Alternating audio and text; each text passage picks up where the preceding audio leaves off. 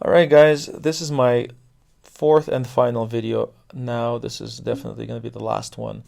And I'm going to try to answer this question as to how my faith affects my artwork. Um, and my faith, as you might know or might not know, is at present Christian, and I'm actually Orthodox Christian. And Previously, I suppose I don't know what I was as a child. If I don't think we had any faith as a child, like I just didn't have any sort of faith. And then when I moved, when I was like 13 and we moved to Canada, I became a materialist by faith. My faith was in matter and money and things and video games and gum and pizza and Snickers and things like that. So I became very much materialistic because I came from a country that was very poor and I didn't have anything. We didn't have anything. We didn't have any pizza. We didn't have any Mars and Snickers. We only saw that stuff on TV in commercials. And wow, Bounty and whatever it is.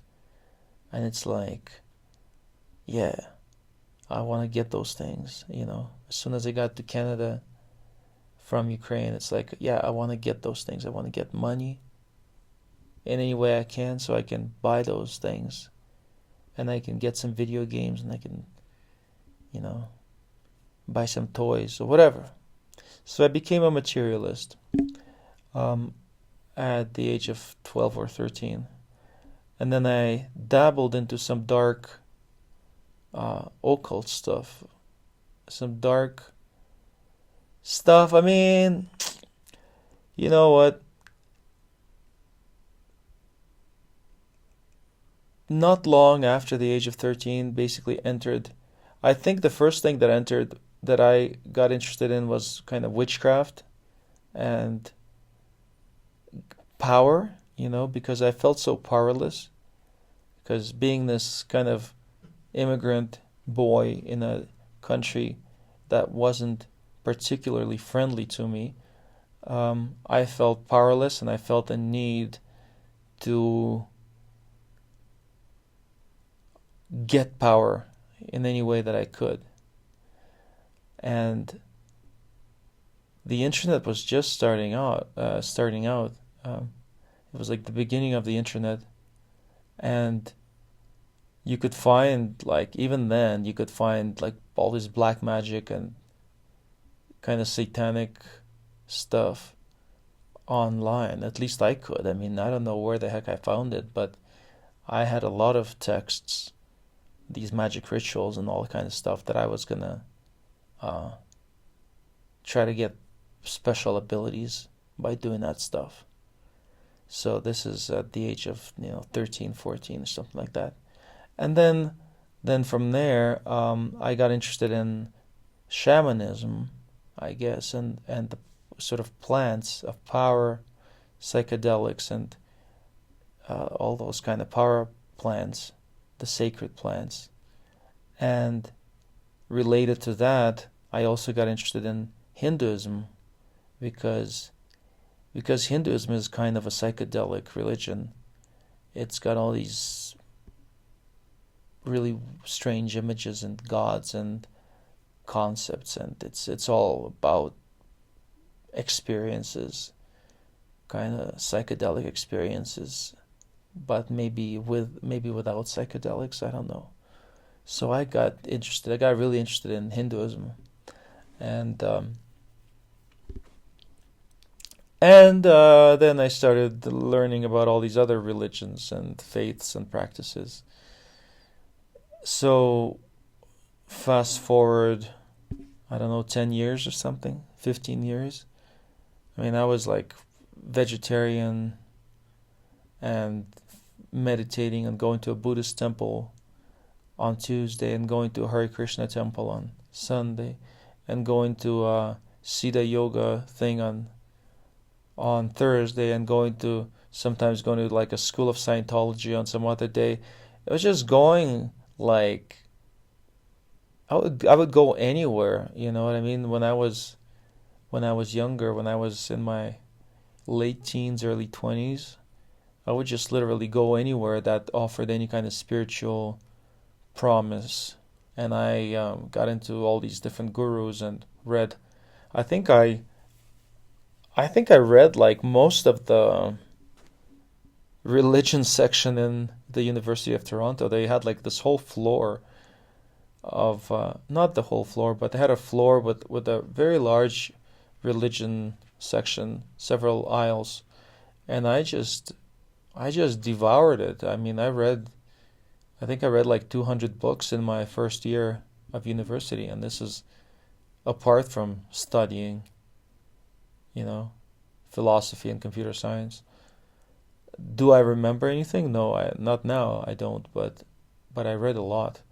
Um, so it was that. It was the sort of psychedelics and shamanism and Hinduism and Buddhism. That's what interested me.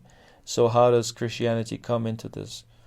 Um, and my art making began sort of in 2005, um, when I was into all these things, Hinduism, Buddhism, and shamanism. Um, and I believe I got, oh, well, I was baptized as a child, but I believe I got baptized again in 2010. I think it was 2010, so 5 years into my art making career.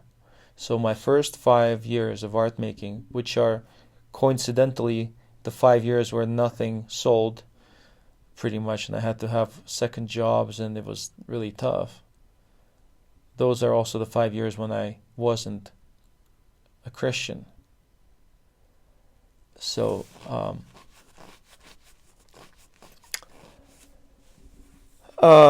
so how does the Christian thing come in? Basically, I went to, this is in my book, Shamans and Healers. I went to Peru. I studied with a shaman, became his disciple, drank a lot of ayahuasca, had a lot of visions and a lot of experiences, and I had a couple of visions of Jesus, and I had a couple of interactions with Jesus while I was there in Peru. And I mean, I guess you got to read the book or something, but it was like I was just always seeking and never finding, basically. And I was tired of seeking, and it's kind of like I was willing to try, even try a Christian approach. That was like my last absolute last hope, like the last thing that I ever thought I would do, the last thing on my list. But nothing was working, so it's like I'll give it a try. And well, coincidentally, that was the turnaround point, you know? So I get baptized again, kind of recommitted to Jesus, even though I was never committed before, but I was baptized as a child. And this is a kind of controversial topic, but I think maybe that baptism as a child, maybe that somehow kept me from completely being lost, because I could have stayed in Peru. I was like so that close to just staying in Peru and being a shaman. Or I could have gone to India, which was also on my list. There could have been any number of things that could have happened. So, I do think my childhood baptism had some kind of played a role, basically um, kept me from drowning, let's say. There was like this kind of lifeline that sustained me. And when I got rebaptized in 2010. I mean, shortly after that, I moved to San Miguel de Allende.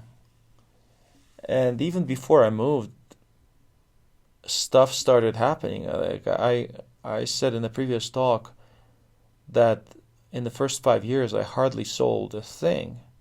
I certainly didn't sell enough to survive by any means.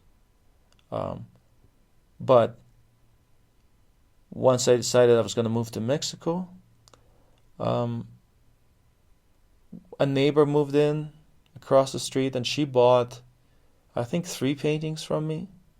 And those 3 paintings, that was like enough for me to live on for maybe 3 months in Mexico. So right off the bat, I was like, okay, I just sold 3 paintings. Like, I'm good for the next 3 months. And you know what? I got to San Miguel, and I think I needed to use my savings for the first 2 months. And after the first 2 months, I was selling. I was in galleries, and I was selling, and I was generating enough income to pay my rent and to pay my food. So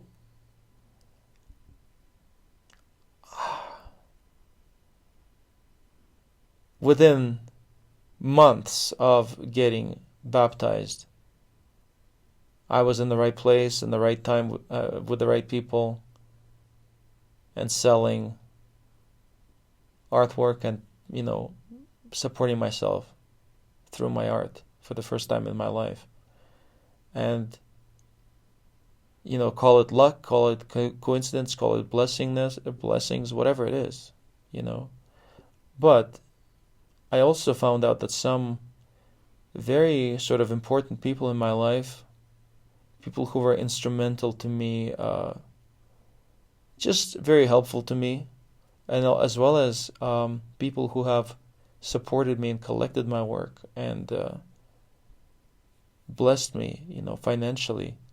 I started finding out a lot of them are Christian, or maybe even not like mainstream Christian, but they're believers, they're spiritual people, and a bunch of them, a bunch of my biggest collectors turned out to be Christian, and I didn't know, or like some variation of Christian, Catholic or Christian, or maybe believing some kind of one of those different Christian, pseudo-Christian, whatever it is, but they all sort of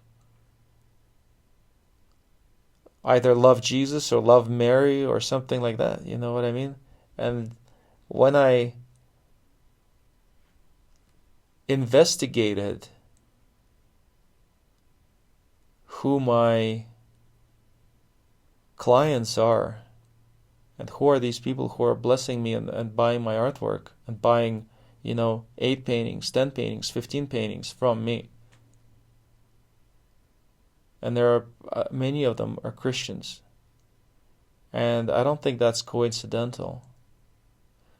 So I do think that there's been a blessing in that regard. And also, if you look at my first 5 years of creative work, it's quite dark. It's dark. It's like, it's not very, I don't think it's very sellable. It's dark. I mean, now that's cool. Now dark is cool now. Now dark sells. But when I was doing, dark wasn't cool and dark didn't sell. So I was about 20 years ahead of the curve. But so that older stuff was really dark, and I thought it was fine, but people sometimes told me it was scary.